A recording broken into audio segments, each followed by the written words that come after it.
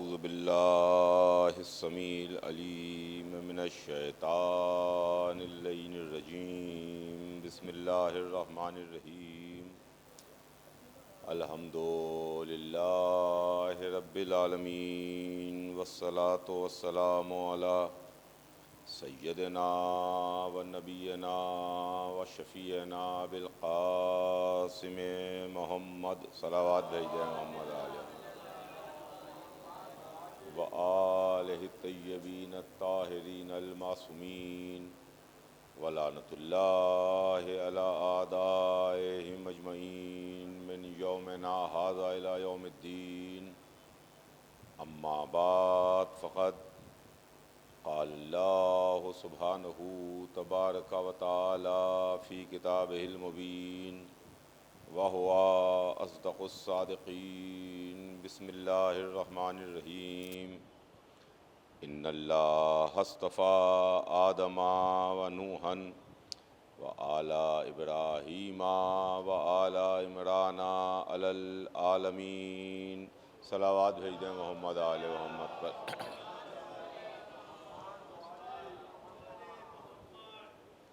خداوند عالم قرآن مجید میں ارشاد فرماتا ہے کہ یقیناً اللہ نے منتخب کیا آدم کو، نوح کو، آل ابراہیم کو اور آل عمران کو عالمین میں۔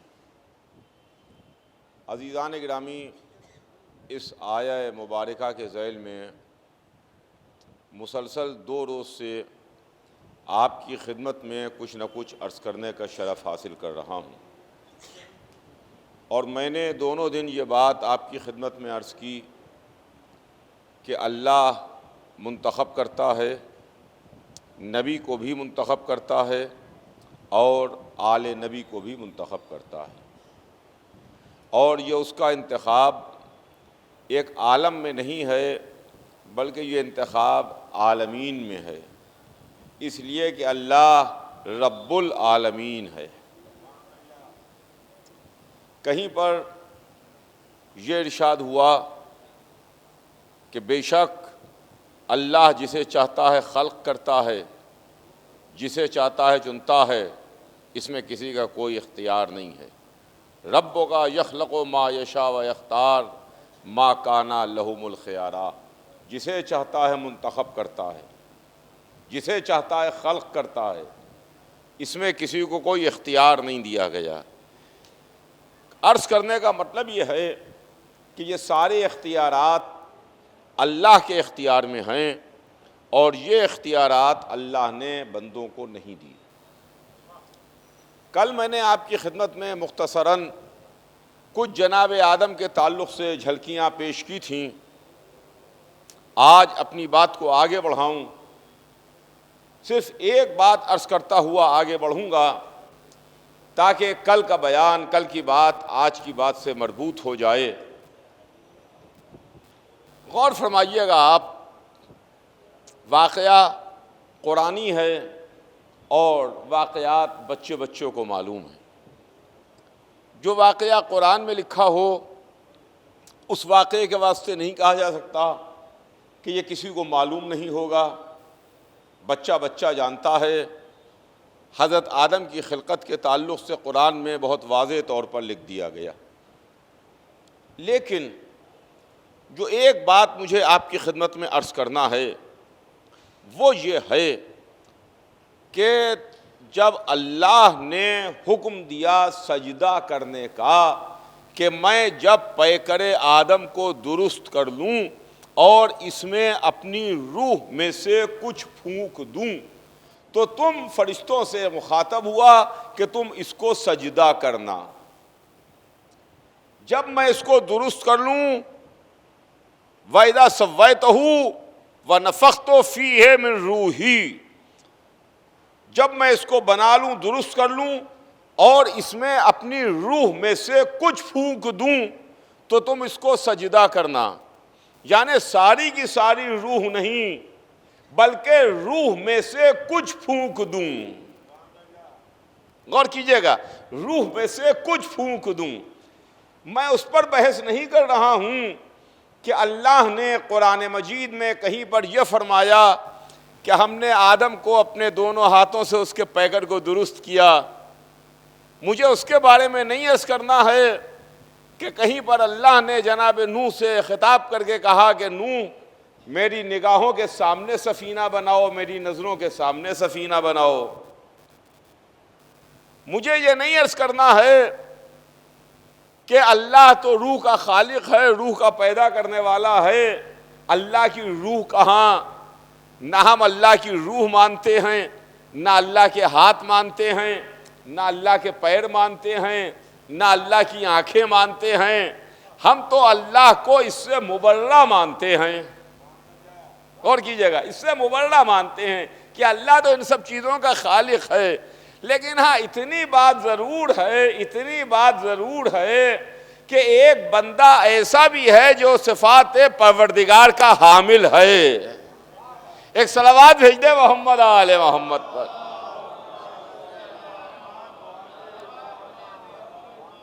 جب میں اس میں اپنی روح میں سے کچھ پھونک دوں تو تم اس کو سجدہ کرنا.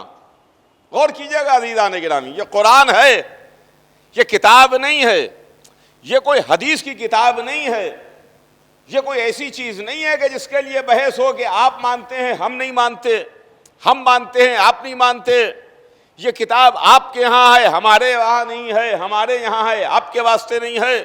نہیں, یہ قرآن ہے. ہر مسلمان کے گھر میں وہی قرآن ہے.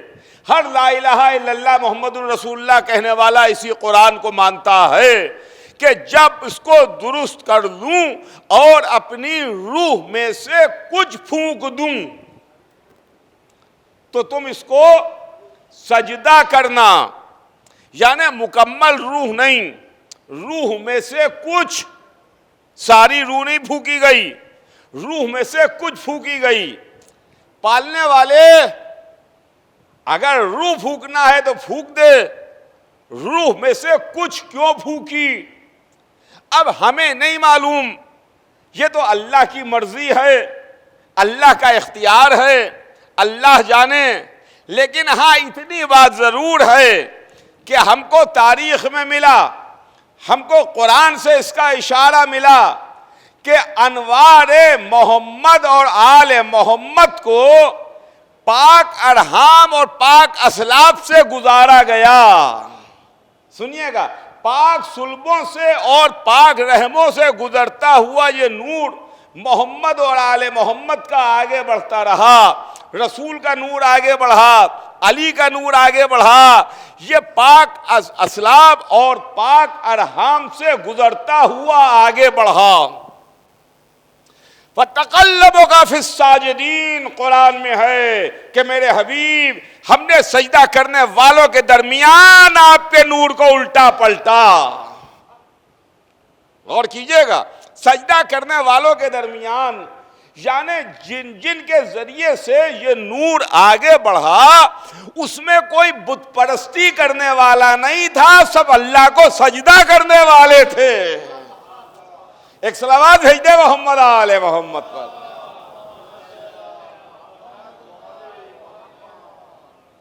وَتَقَلَّبُكَ فِي السَّاجِدِينَ ہم نے سجدہ کرنے والوں میں آپ کے نور کو الٹا پلٹا. یہ قرآن ہے. اب وہ کیسا مسلمان ہے جو محمد کے آباء و اجداد کو کافر مانتا ہے؟ ایک صلوات بھیج دے محمد آل محمد پر. اب ہم قرآن کی مانیں یا امت مسلمہ کی مانیں, لیکن نور محمد صلی اللہ علیہ وآلہ وسلم, نور مولا کائنات, یہ الٹتا پلٹتا رہا اور آگے بڑھتا رہا. لیکن قرآن میں اللہ نے کہا, توجہ چاہوں گا عزیزان گرامی, بہت خاص توجہ آپ کی, کہ جب میں اس کو درست کر لوں اور اس میں اپنی روح میں سے کچھ پھونک دوں تو تم اس کو سجدہ کرنا. اس کا مطلب یہ ہے کہ سب روح نہیں پھونکی, کچھ روح کو بچا کے رکھا, محفوظ رکھا. اب وہ معاملہ کیا تھا؟ وہ تب ہم کو معاملہ سمجھ میں آیا کہ جب اللہ نے اپنے حبیب کو عرش پر مہمان بلا کے نور فاطمہ حوالے کیا تھا.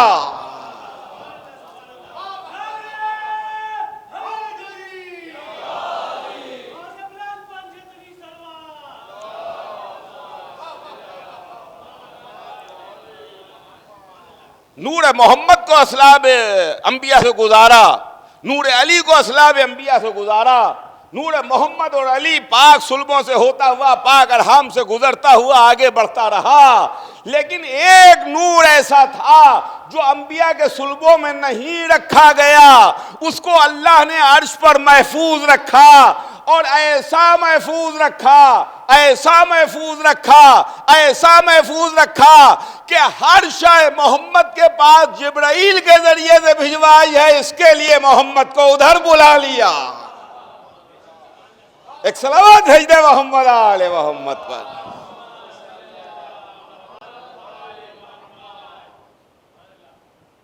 ادھر بلایا تو نور جناب فاطمہ زہرا کے امین کائنات عالم و آدم میں صرف 3 بندے ہیں، ایک رسول امین ہیں، ایک ختیجہ امین ہیں، ایک علی امین ہیں۔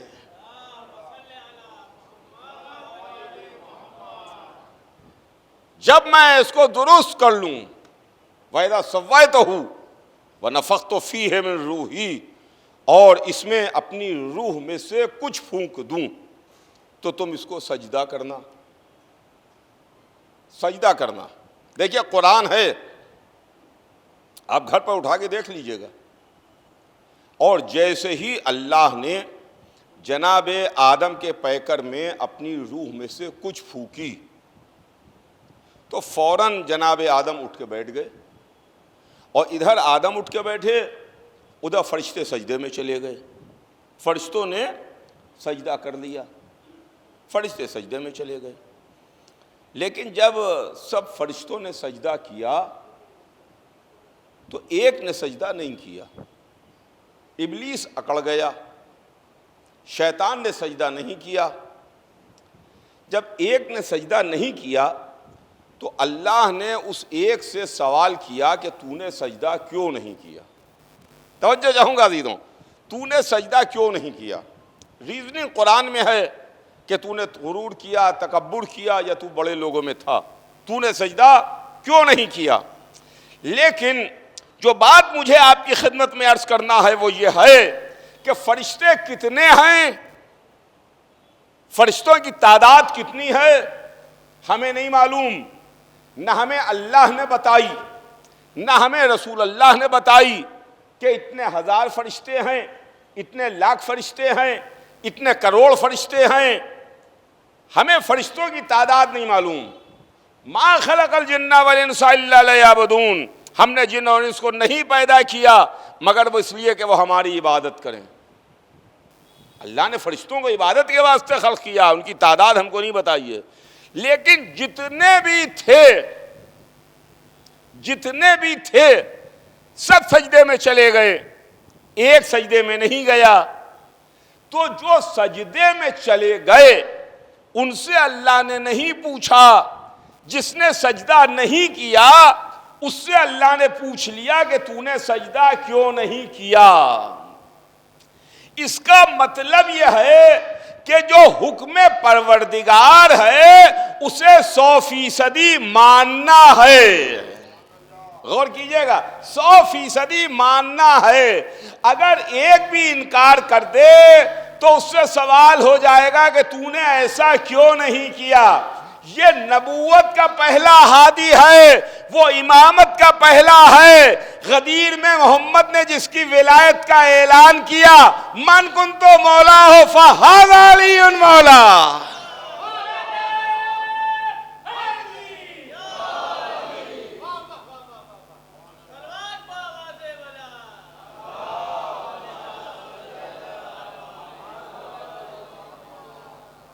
جس کا میں مولا اس کے یہ علی مولا۔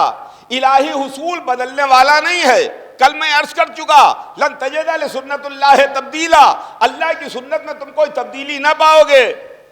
اللہ کا الہی قانون دستور بدلنے والا نہیں ہے۔ جو پہلے دن اصول بن گیا وہ آخری دن تک کے بنا رہے گا۔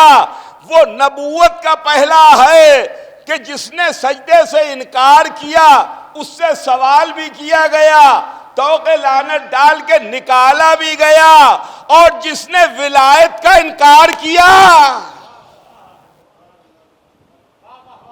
توجہ چاہوں گا، رسول تشریف لائے مدینے، مسجد بھری ہوئی تھی، ایک شخص بڑی عقل کے ساتھ آیا اور رسول کے سامنے آ کے بیٹھ گیا. انداز اچھا نہیں تھا، تیور خراب تھے. کہتا ہے کہ آپ نے اللہ کو کہا میں نے مانا، آپ نے اپنے کو کہا میں نے مانا، آپ نے قرآن کو کہا میں نے مانا، آپ نے کعبے کو کہا میں نے مانا، آپ نے نماز کو کہا میں نے پڑھی، آپ نے روزے کو کہا میں نے رکھا، آپ نے حج کو کہا میں نے کیا، لیکن اس کے باوجود بھی آپ کو تسلی نہیں ہوئی اور آپ نے اپنے بھائی علی کو ہم پر فضیلت دے دی.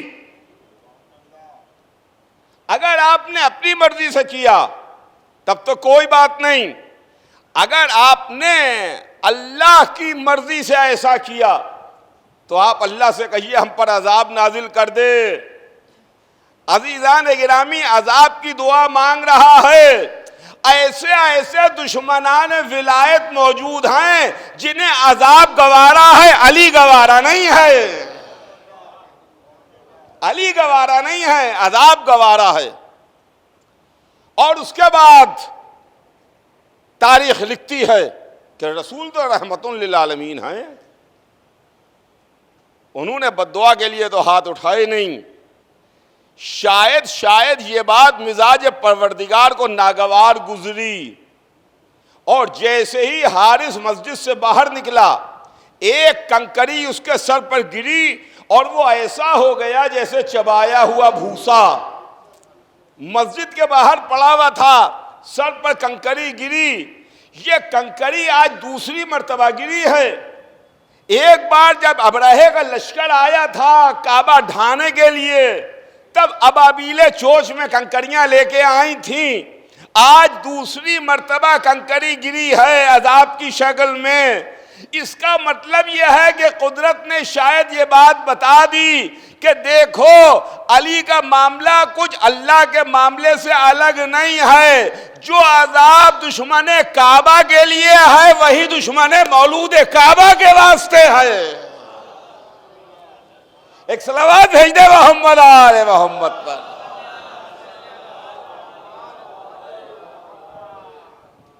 جو عذاب اللہ کے دشمن کے لیے وہی علی کے دشمن کے لیے، جو کعبے کے دشمن کے لیے وہی مولود کعبہ کے دشمن کے لیے. تو عزیزان گرامی، ایک نے سجدہ نہیں کیا تو اس ایک سے پوچھ لیا گیا کہ تو نے سجدہ کیوں نہیں کیا. اب الہی معاملہ ایسا نہیں ہے کہ اگر 2-4 نہ مانے 10-20 نہ مانے تو ان کو نظر انداز کر دیا جائے. ہم اپنے معاملے میں تو نظر انداز کر سکتے ہیں، اللہ علی کے معاملے میں نظر انداز نہیں کرے گا. علی کے معاملے میں معاملہ نظر انداز نہیں ہوگا.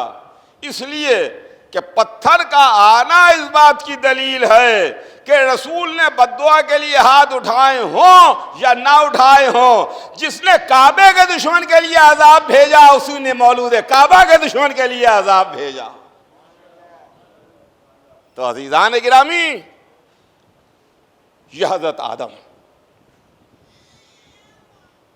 ان اللہ اصطفیٰ آدم و نوحا، ہم نے آدم کو منتخب کیا اور نوح کو منتخب کیا. سلسلہ جلدی اس لیے کہ ابھی اس عشرے میں مجھے کافی آگے تک جانا. جو سلسلہ ہدایت ہے وہ کچھ آپ کی خدمت میں عرض کرنا ہے. جناب آدم، اللہ نے ان کو 2 بیٹے دیے، ایک حابیل ایک قابیل. بھائی نے بھائی کو قتل کر دیا، بھائی نے بھائی کو مار دیا، اور مارنے کی وجہ بھی کیا تھی کہ اللہ کی سرکار میں نذر گزارنا تھی، نذر پیش کرنا تھی.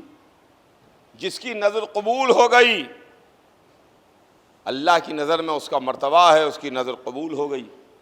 اور جس کی نذر قبول نہیں ہوئی وہ جھنجلا گیا، وہ جھنجلا گیا. تاریخ میں ہے کہ جناب حابیل جو قتل ہوئے، انہوں نے ایک پہاڑی پر جو ان کے پاس سب سے اچھا دمبا تھا، جو سب سے اچھا دمبا تھا، اس دمبے کو انہوں نے پہاڑی پر لے جا کے رکھا، اور جس نے قتل کیا تھا قابیل، اس کے پاس کچھ اس کا سامان تھا، کاشتکاری کا سامان تھا، تو جو اس کے پاس سب سے خراب مال تھا، سب سے خراب غلہ تھا اس کے پاس، اس نے سب سے خراب غلہ لے جا کر کے پہاڑی پر رکھا۔ ہوتا اس زمانے میں یہ تھا کہ بجلی گرتی تھی، جس پر گر جائے وہ اللہ کی بارگاہ میں قبول ہو جاتا تھا، اور جس شے پر بجلی نہ گرے اس کا مطلب یہ ہے کہ وہ اللہ کی بارگاہ میں قبول نہیں ہوئی۔ دو سگے بھائی ہیں، ایک باپ کے دونوں بیٹے ہیں، ایک نے اللہ کی سرکار میں اچھے سے اچھا تحفہ رکھا، دوسرے نے اللہ کی سرکار میں کمزور سے کمزور اور خراب سے خراب تر رکھا، اور اس کے بعد جب بجلی گری اور تحفہ قبول ہونے کی بات آئی تو جس نے اچھے سے اچھا اور اپنے دمبوں میں سب سے اچھا دمبا پیش کیا رکھا، اس کے دمبے پر بجلی گری اور وہ اللہ کی سرکار میں قبول ہو گیا، اور جس نے سب سے خراب مال، سب سے خراب اناج رکھا، اس کا ہدیہ قبول نہیں ہونے پایا، تو اس کو بڑا غصہ آیا۔ آج جب ہم نظر نیاز دلاتے ہیں تو ہم یہ کہتے ہیں کہ کیا امام حسین اس کو نوش فرمائیں گے؟ کیا حضرت عباس اس کو نوش فرمائیں گے؟ کھاتے تو ہم ہی ہیں، کیا اہل بیت اس کو نوش فرمائیں گے؟ نہ علی نوش فرماتے ہیں، نہ حسن نوش فرماتے ہیں، نہ حسین نوش فرماتے ہیں، نہ کربلا کے شہید نوش فرماتے ہیں، لیکن ہمارا خلوص نیت جاتا ہے۔ ہمیں چاہیے یہ ہے کہ ہم اچھے سے اچھا نذرانہ پیش کریں تاکہ اللہ اسی طرح اس کو قبول کر لے جیسے حابیل کے نذرانے کو قبول کیا تھا۔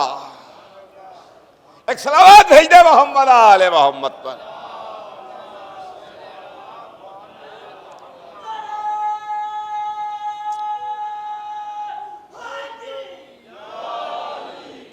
ورنہ اللہ بھی نہیں کھاتا ہے۔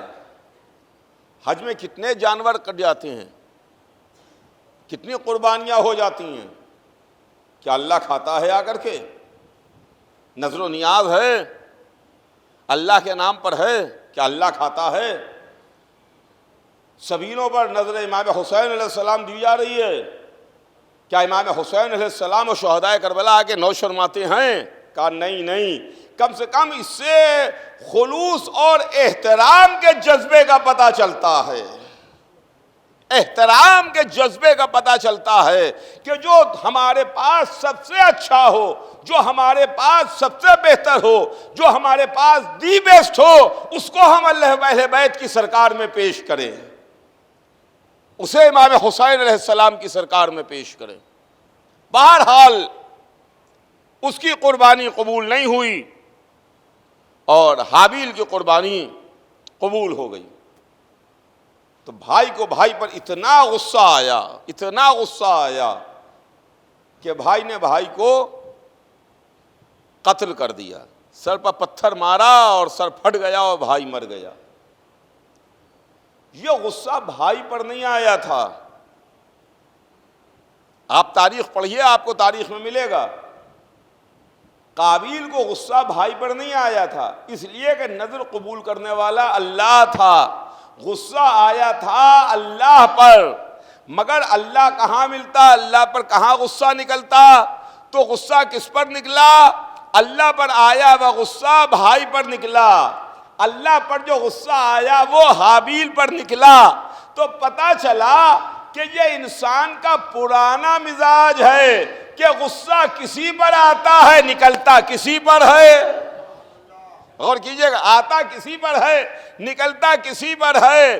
اللہ ملا نہیں، لہذا حابیل کو قتل کیا، سلسلہ آگے بڑھتا رہا، دنیا محمد و آل محمد کے در تک آ گئی۔ ابھی بھی لوگ اللہ کے دشمن تھے، اللہ کہاں سے ملے؟ غصہ کس پر نکلے؟ غصہ نکالنے کے واسطے کافروں کو محمد ملے، مگر محمد تک رسائی اس لیے نہیں تھی کہ راستے میں علی دیوار کی طرح کھڑے رہتے تھے۔ توجہ چاہوں گا، علی سیسا پلائی ہوئی دیوار کی طرح کھڑے رہتے تھے۔ اب علی کو کس میں اتنی ہمت اور مجال جو زیر کر سکے؟ جو علی کے سامنے آیا وہ زیر ہوا۔ علی کہاں سے ملے؟ تو علی پر آیا وہ غصہ حسین پر نکالنے کی کوشش کی، سوچا کہ حسین کو قتل کر دیں، حسین کو ختم کر دیں۔ حسین کو 3 دن کا بھوکا تو رکھا، پیاسا تو رکھا، مگر قتل کرنے کے بعد حسین کا سر نو کے نیزہ پر تلاوت کر کے بتا رہا تھا کہ حسین مرے نہیں ہیں، حسین زندہ ہیں، حسین زندہ ہیں۔ اللہ پر آیا ہوا غصہ تھا، نہ محمد پر نکل سکا، نہ علی پر نکل سکا، نہ حسین پر نکل سکا۔ آج جو ہمارے خلاف ملا کے فتوے آتے ہیں وہ وہی غصہ ہے جو ہم پر نکل رہا ہے۔ ایک صلوات بھیج دے محمد آل محمد پر۔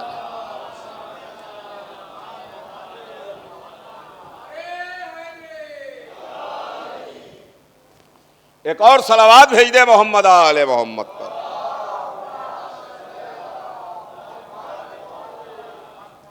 تو بہرحال عزیزان گرامی، یہ سلسلہ ہے۔ آیت آگے بڑھتی ہے، ان اللہ اصطفیٰ آدم و نوحا، ہم نے آدم کو منتخب کیا اور نوح کو منتخب کیا۔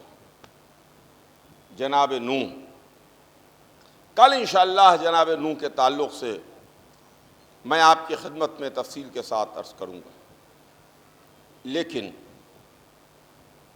آج تو بس اتنا کہ جناب نوح نے 950 برس تک تبلیغ کی، اور 950 برس کی تبلیغ کے بعد جناب نوح کی تبلیغ کا رزلٹ یہ تھا کہ جب طوفان آیا اور عذاب کا پانی چاروں طرف پھیلا تو ایک سفینے کے برابر لوگ تھے جو اس سفینے میں آ گئے تھے، بقیہ کوئی سفینے میں نہیں آیا، سب نے کشتی چھوڑ دی، سب نے سفینہ چھوڑ دیا، کوئی پہاڑ کی چوٹی پر چلا گیا، کوئی پہاڑ کی بلندی پر چلا گیا، کوئی اونچے اونچے مقامات پر چلا گیا، یہ سوچ کے چلا گیا کہ ہمیں پہاڑ بچا لیں گے۔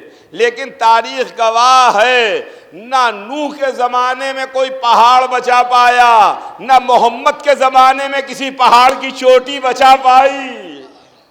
ایک صلوات بھیج دے محمد آل محمد پر۔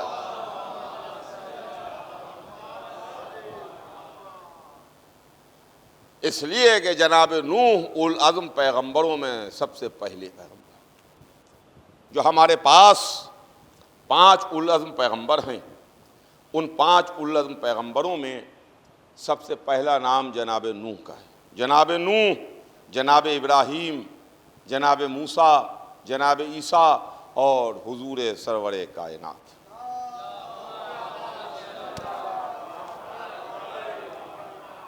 یہ 5 اول العزم پیغمبر ہیں جن کے پہلے جناب نوح،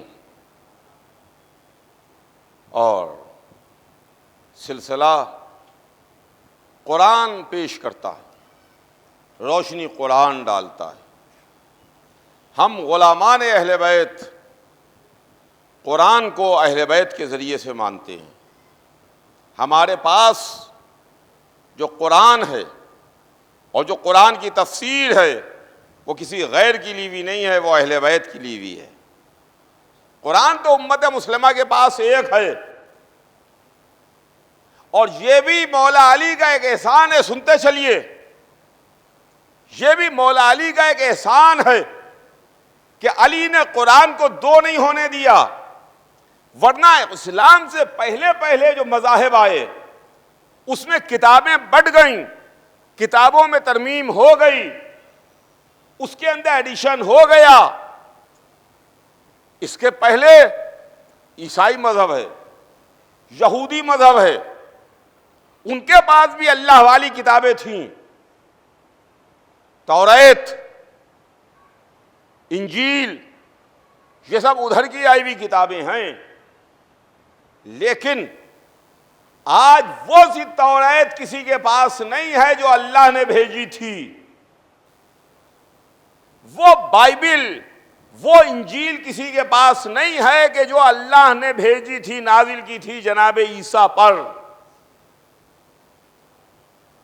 جہاں پیدا ہوتے ہی جناب عیسیٰ نے اعلان کیا، انی عبداللہ آتانی الکتاب وجعلنی نبیا، میں اللہ کا بندہ ہوں، اللہ نے مجھے کتاب دی ہے اور نبی بنا کے بھیجا ہے۔ تو وہ کتاب کسی کے پاس نہیں ہے جو جناب عیسیٰ لے کے آئے تھے۔ یہ کتابیں کہاں چلی گئیں؟ کبھی سوچیے آپ کہ کس طرف چلی گئیں؟ توریت کہاں ہے؟ انجیل کہاں ہے؟ بائبل کہاں ہے؟ سب ان کے ماننے والوں نے اپنے مطلب اور مقصد کے تحت بدل دیا، سب میں ترمیم کر دی، سب میں ایڈیشن الٹریشن ہو گئے، اپنے مطلب اور مقصد کے حساب سے چینجز ہو گئے۔ لیکن یہ بھی محمد اور آل محمد کا احسان ہے، احسان علی ابن ابی طالب علیہ السلام ہے کہ جس نے قرآن کو دو نہیں ہونے دیا۔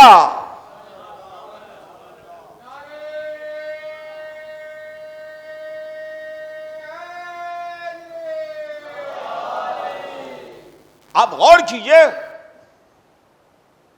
جب آسمانی کتابیں ہیں تو اس کے اندر تو ترمیم نہیں ہونا چاہیے تھی، مگر بائبل میں ترمیم ہو گئی، توریت میں ترمیم ہو گئی، اور صحیفوں کا پتہ نہیں ہے، لیکن قرآن ویسے کا ویسا ہی سیف ہے، ویسے کا ویسا ہی محفوظ ہے، قرآن کے اندر کوئی ترمیم نہیں ہوئی۔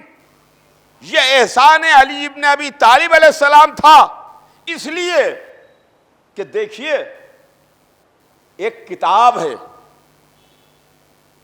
اس کا معاملہ ایسا ہے کہ جیسے ایک کتاب ہے اور وہ ایک کتاب کو بچہ اس کے ورق کو، پیجز کو الگ کر دے اور اس کی بائنڈنگ پھٹ جائے، بائنڈنگ پھٹ گئی مگر کوئی ورق ضائع نہیں ہوا، پہلا صفحہ بیچ میں آ گیا، آخری صفحہ پہلے آ گیا، آپ نے جلدی جلدی پیجز کو اٹھایا اور رکھا اور جمع کیا، کوئی پیج ضائع نہیں ہوا تھا، لیکن وہ سیریل پہلا پیج، دوسرا پیج، تیسرا پیج، 10واں پیج، 20واں پیج، 22واں پیج جس سیریل سے ہونا چاہیے تھا اس کا وہ سیکوینس اور سیریل تو بگڑ گیا، لیکن کوئی پیج ضائع نہیں ہوا، آپ نے جلدی جلدی اٹھایا اور اٹھا کر کے اس کو رکھ لیا۔ یہی مسئلہ کچھ قرآن کے ساتھ ہوا کہ قرآن کے اندر مطابق تنزیل تو نہیں ہے، ادھر کا ادھر، ادھر کا ادھر تو ہو گیا، لیکن قرآن کا کوئی حرف ضائع نہیں ہونے پایا، سمجھیے گا، ضائع نہیں ہونے پایا، کوئی صفحہ، کوئی پیج ضائع نہیں ہونے پایا، اس لیے کہ جب حضرت علی قرآن کو جمع کر کے لے کے آئے اور دربار خلافت میں اس کو پیش کیا تو خلیفہ وقت نے کہا کہ ہم اس کو نہیں مانیں گے،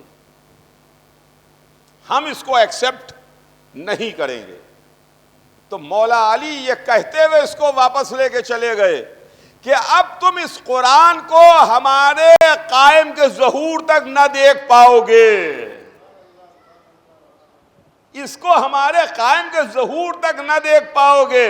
چنانچہ مولا علی سے لے کر کے امام حسن عسکری علیہ السلام تک جب امامت ظاہر رہی ہے، ہر امام نے، ہر معصوم نے اسی قرآن سے بات کو ثابت کیا ہے، اسی قرآن سے دلیلوں کو دیا ہے، یہی وہ قرآن ہے جس میں مدح علی میں آیتیں بھی موجود ہیں، مدح علی کے قصیدے بھی موجود ہیں۔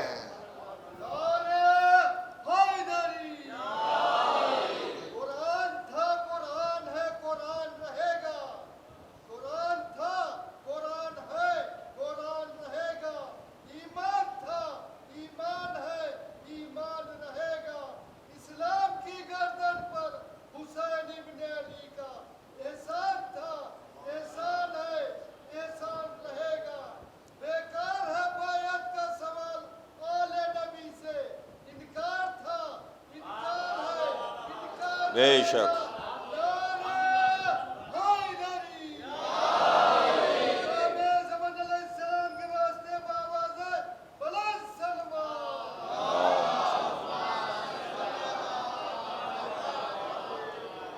تو عزیزان گرامی، یہ سلسلہ اللہ والوں کا سلسلہ ہے۔ تو ہمارے پاس ہمارا کام ماننا ہے، اور یہ آل محمد انہوں نے جان دے کے بچایا ہے۔ انہوں نے اسلام کے نام پر عیش نہیں کیا، انہوں نے اسلام کے نام پر محل نہیں بنوائے، انہوں نے اسلام کے نام پر دولت کو جمع نہیں کیا، بلکہ انہوں نے اسلام کے نام پر تکلیفیں اٹھائیں، مصیبتیں جھیلیں، پریشانیاں اٹھائیں۔ وہ بادشاہ ہوتے ہیں جو خزانہ اپنا بھرتے ہیں سونے چاندی جواہرات سے، درہم و دینار سے، اور وہ دو عالم کا شہنشاہ ہے کہ جو رات کو بیت المال میں جھاڑو دلوا کر کے نماز ادا کر کے کہہ دیتا ہے، اے زمین تیرے اوپر اب کسی کا پیسہ باقی نہیں ہے۔ وہ شہنشاہ ہے، وہ بادشاہ ہے، وہ علی ہے، جنہوں نے خدا کی قسم جب سر پر ضربت کھائی تو یہ اعلان کیا، فزت برب الکعبہ، کعبے کی قسم میں کامیاب ہوا، کعبے کی قسم میں کامیاب ہوا۔ اللہ اکبر، اللہ اکبر۔ کیا کوئی ہے دنیا میں علی کے علاوہ جو اپنی کامیابی کا اعلان کرتا ہوا جا رہا ہو؟ علی کامیاب ہیں، اولاد علی کامیاب ہیں۔ علی نے رسول کے ساتھ ساتھ دین کو بچایا، اسلام کو بچایا، اور جب علی دنیا سے سدھارے تو علی کے بڑے فرزند، بڑے بیٹے امام حسن علیہ السلام نے دین کو بچایا۔ لیکن ابھی بھی اسلام پر خطرہ باقی تھا، دین پر خطرے کے بادل منڈلا رہے تھے۔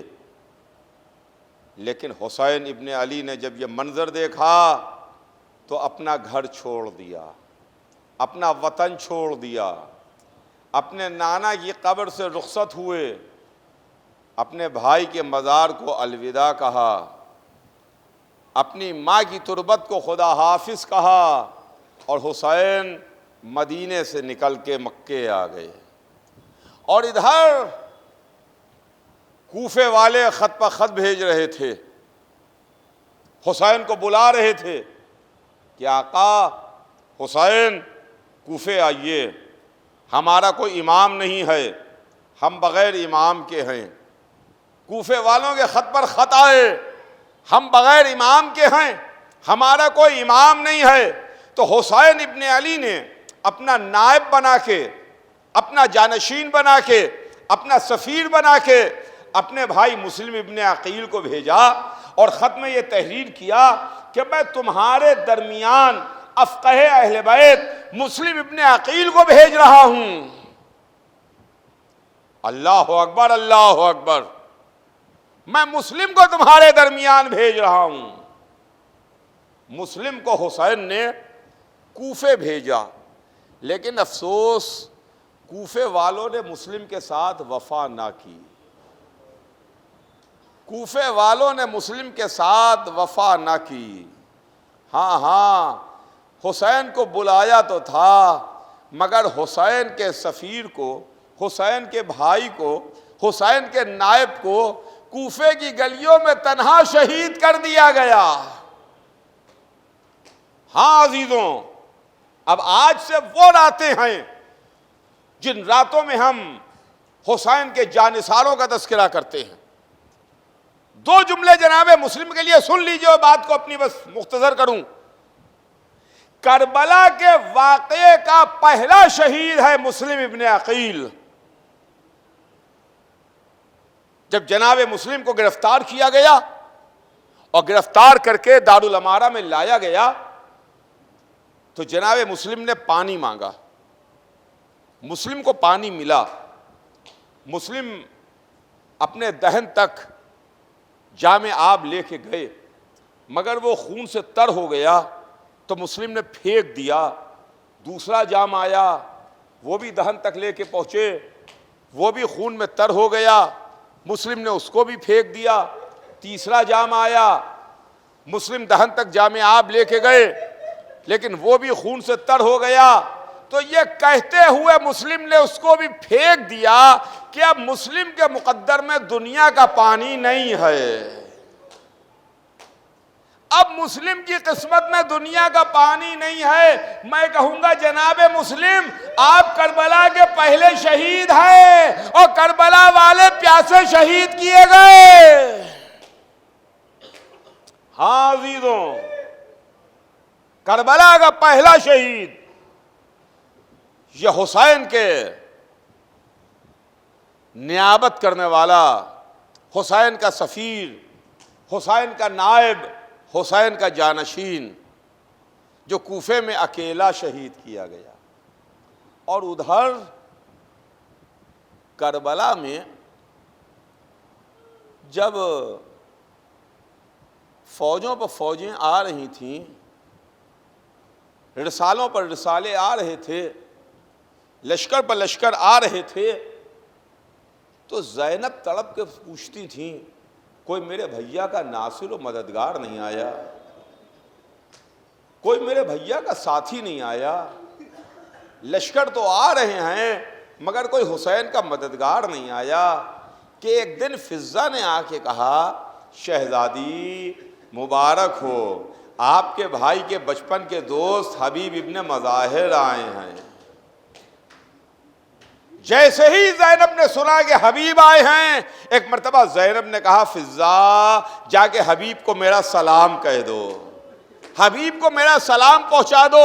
لیجئے فضہ در خیمہ پر آئیں اور آگے کہا حبیب تم کو علی کی بڑی بیٹی نے سلام کہلوایا ہے، حسین کی بڑی بہن زینب نے تم کو سلام کہلوایا ہے۔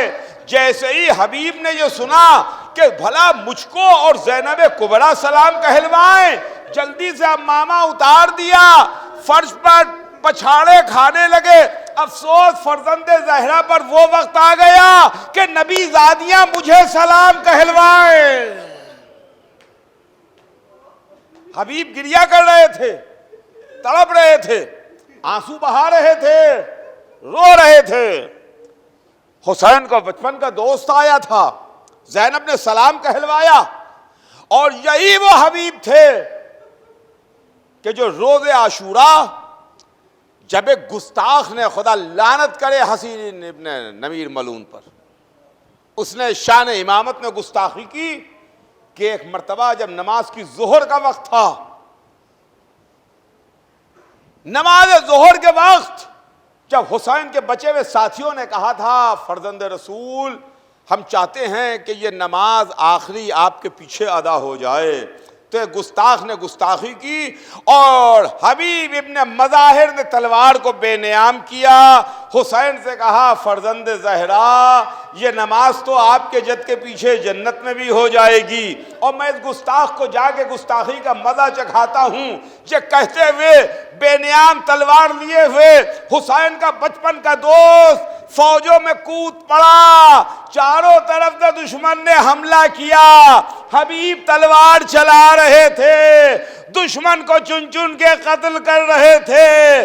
بوڑھا سپاہی کہاں تک لڑتا، تیورا کے زمین پر گرا، آواز دی آقا میرا سلام قبول کیجئے۔ حسین حبیب کی میت پر پہنچے، منہ پر منہ رکھ دیا، اے حبیب تم سدھارو، میں بھی تمہارے ساتھ آنے والا ہوں۔ حبیب دنیا سے سدھارے، حسین کا بچپن کا ساتھی رخصت ہو گیا۔